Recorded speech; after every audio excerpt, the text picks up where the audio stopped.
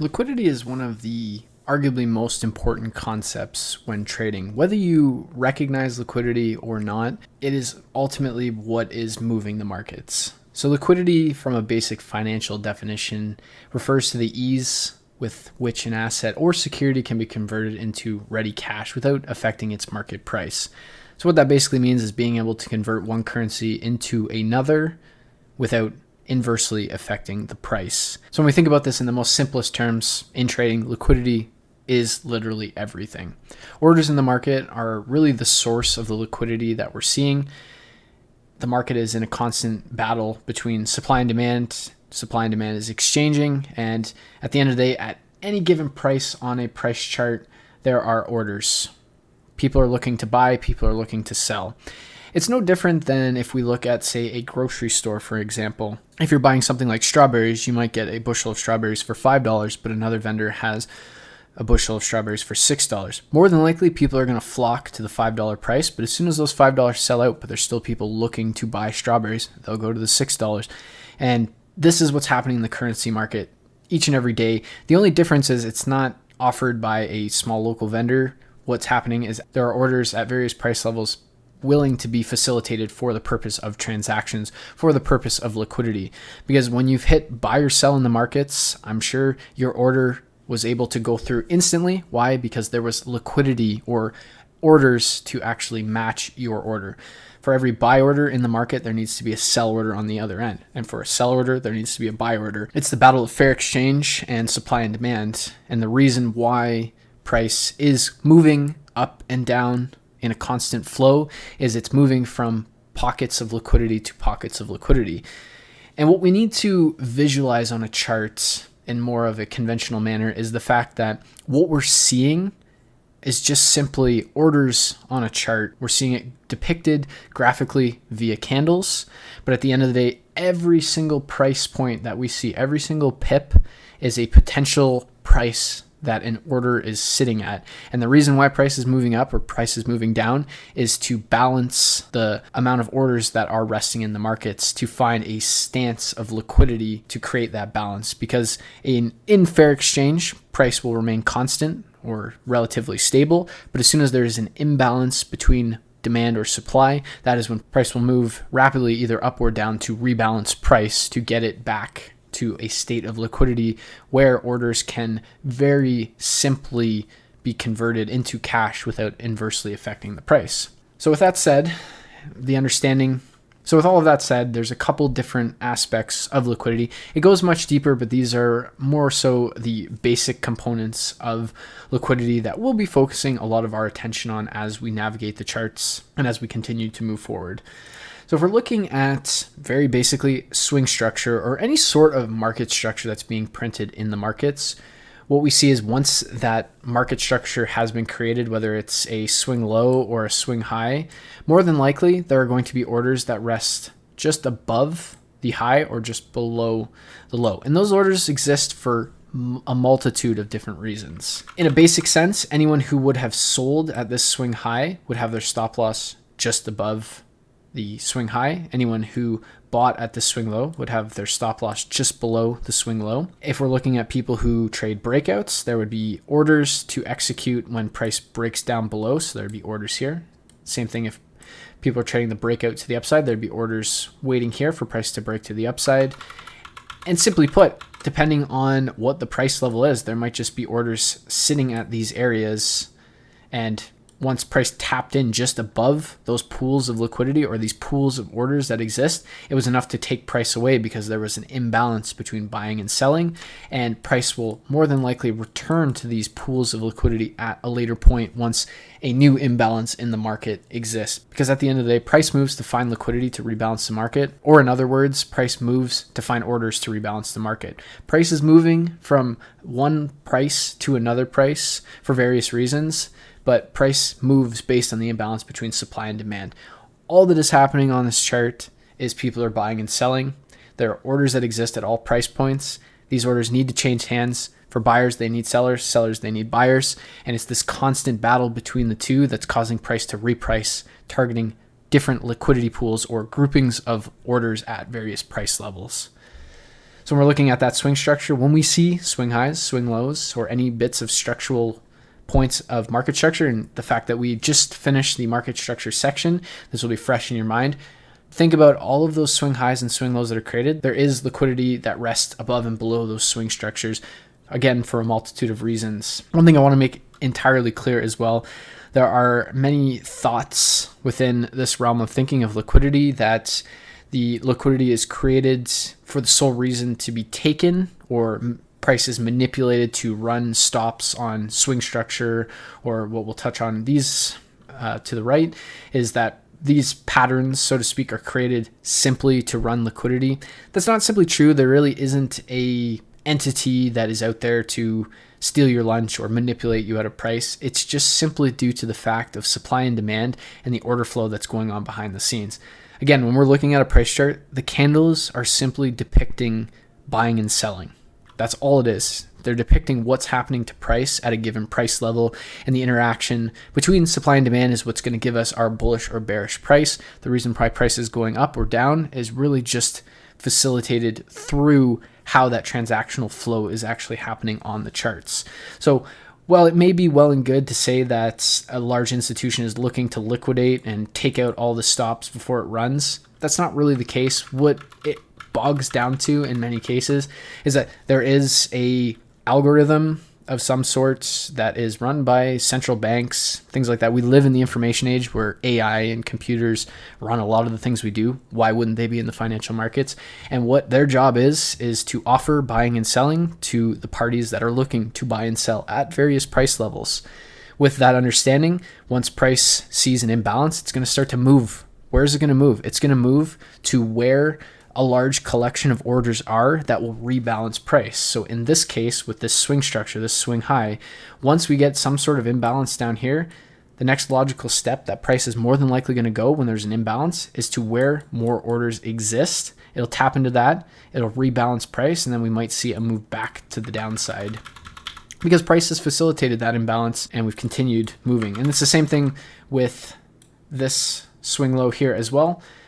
We get an imbalance, price dips into this liquidity pool or this large pool of orders. It rebalances price. It finds that flow between buying and selling, and then price again moves in the opposite direction. Why is it doing that? Because we rebalance price on the low end. Now we need to rebalance price on the high end. That is what price is doing. It is just rebalancing. It's doing its job, creating a fair marketplace given supply and demand. It's providing liquidity, which is just the ease to transfer an asset to cash. And that's what it's doing time and time again. What we're doing with this understanding of swing structure, relatively equal structure, and trend structure is just understanding where logically these large pockets of orders are likely to sit, so we can have a better indication and understanding of where price is likely to go when it's trending, when it's pulling back, and just understanding the flow of the market. So now that we talked about the swing structure, the highs and the lows, we can look at relatively equal structure, because this is just an add-on to the swing structure, because now what we have is a double top and a double bottom. And if you've traded any sort of previous strategies, a lot of the basic things that we learned was buying at double bottoms and selling at double tops. And when you did that, where did your stop losses go? Well, if you were selling at a double top, you'd put your stop loss above the highs. And if you're buying at a double bottom, you would put your stop loss just below the double bottom. That's basic knowledge. Everyone knows that those orders exist. And again, we can look for breakout traders that have their orders sitting here, breakout traders that are having their orders sitting here. At the end of the day, what does this translate to in the simplest terms that we possibly can? There's a big pool of money here. There's a big pool of money here. Orders, just think of it that way. There are a lot of orders sitting here, whether they're stop losses, whether they're buy stops, whether they're limit orders, you name it, they're there, because everybody trades different. Everyone has a different reason for buying price. It might be large funds and institutions. It might be small retail traders such as us. It might be algorithms that are simply just offering buying and selling at different price points. But all we need to understand is when we see these sorts of structures is that there's just a large collection of orders that are resting here, and that price is more than likely going to be gravitated to these areas. Why? Because it needs to rebalance price to provide liquidity to the markets. Again, what is liquidity? Liquidity is the ease with which an asset, security, financial instrument of any kind can be converted into cash without affecting its market price. So what does that mean? It just means that you can buy and close your position, or sell and close your position, or just be able to execute a transaction, that there's someone on the other end of your transaction ready and willing to exchange with you. Because like I said, and I'm going to repeat this probably a few more times, if you're buying, someone needs to be selling. And if you're selling, someone needs to be buying. There needs to be two parties involved in every single trade that you're involved in. Now, of course, when you start factoring in lot sizes or units, this is where the fun begins, because I might be buying one lot of currency, someone might be selling 100 lots. So I've been able to buy one lot of currency from this 100 lot sell. They still need to fill their 99 lots.